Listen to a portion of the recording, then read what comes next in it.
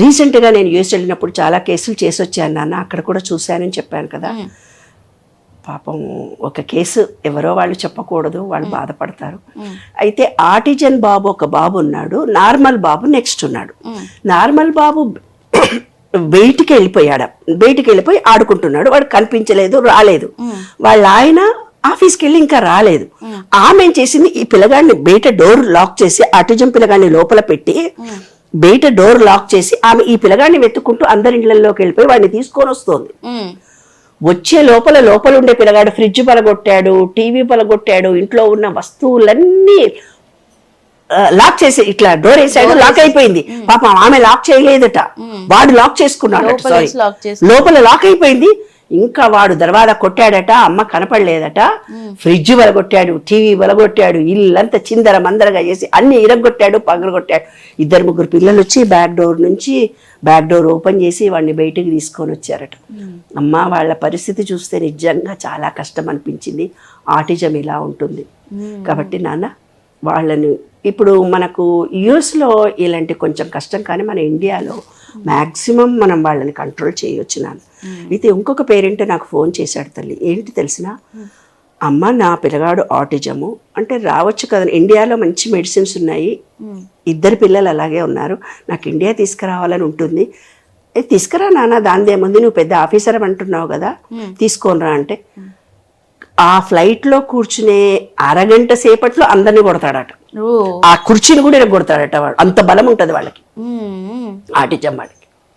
ఇది రీజన్స్. ఆధ్యాత్మికంగా ఆటిజం గురించి నేను చెప్పాలంటే, ఎప్పుడో ఒక స్త్రీని ఒక పురుషుడిని మనస్తాపం కలిగించారు, అంటే వాళ్ళని కొట్టారు, తిట్టారు, అరిచారు, క్రిటిసిజం చేశారు.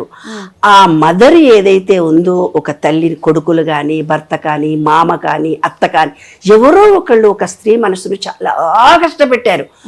ఆమె తన బాధను ఇంకొకళ్ళకు చెప్పలేక, అంటే మన భారతీయ సంస్కృతిలో ఒకటి ఉందమ్మా, గడప దాటి బయటికి రాకూడదు, బాధలన్నీ లోపలనే ఉండాలమ్మా.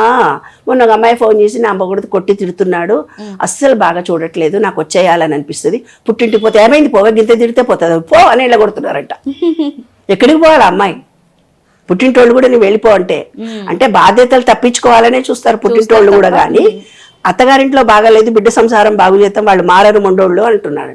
మారరు మొండోళ్ళు అన్నప్పుడు పిల్ల ఎట్లా బతుకుతుంది, వీళ్ళ మీద డిపెండెంట్ అవుతుంది కదా, అందుకని రానియట్లేదు ఆ పిల్లని.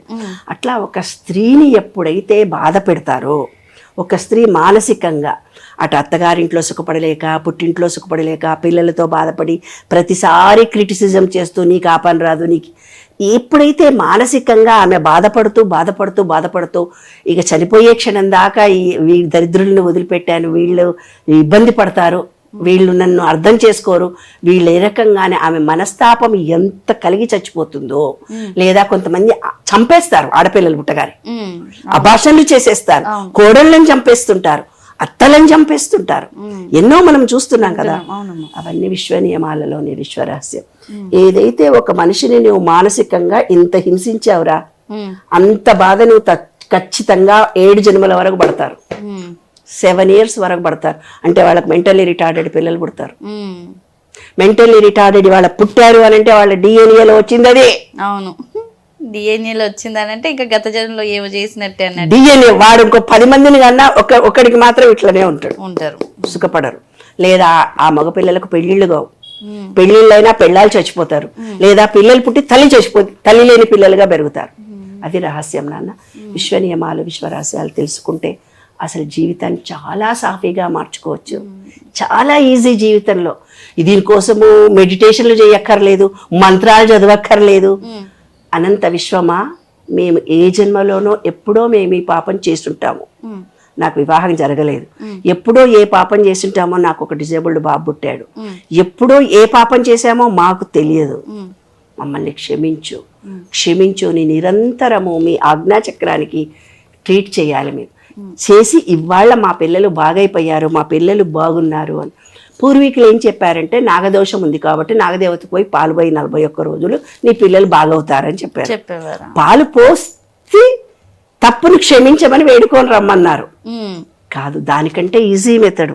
జస్ట్ మనసును కేంద్రీకృతించి ప్రశాంతమైన ప్రదేశంలో మీరు కూర్చొని, అనంత విశ్వమా, ఏ తప్పు ఎప్పుడు చేశామో మాకు తెలియదు, మమ్మల్ని క్షమించు. ఈ పిల్లల జీవితం బాగైంది, వీడు సమాజానికి ఉపయోగపడాలి, కాస్త చదువుకోవాలి, జ్ఞానాన్ని ఒక టీచర్ అయ్యన్నా, ఒక వ్యాపారవేత్త అయినా, ఏదో ఒక వ్యక్తిగతమైన ఒక ప్రయోజకుడై సమాజాన్ని ఉద్ధరించడానికి పిల్లల్ని కంటాం నాన్న. మనకేదో సంపాదించి పెట్టాలని వాళ్ళు ఆలోచిస్తుంది.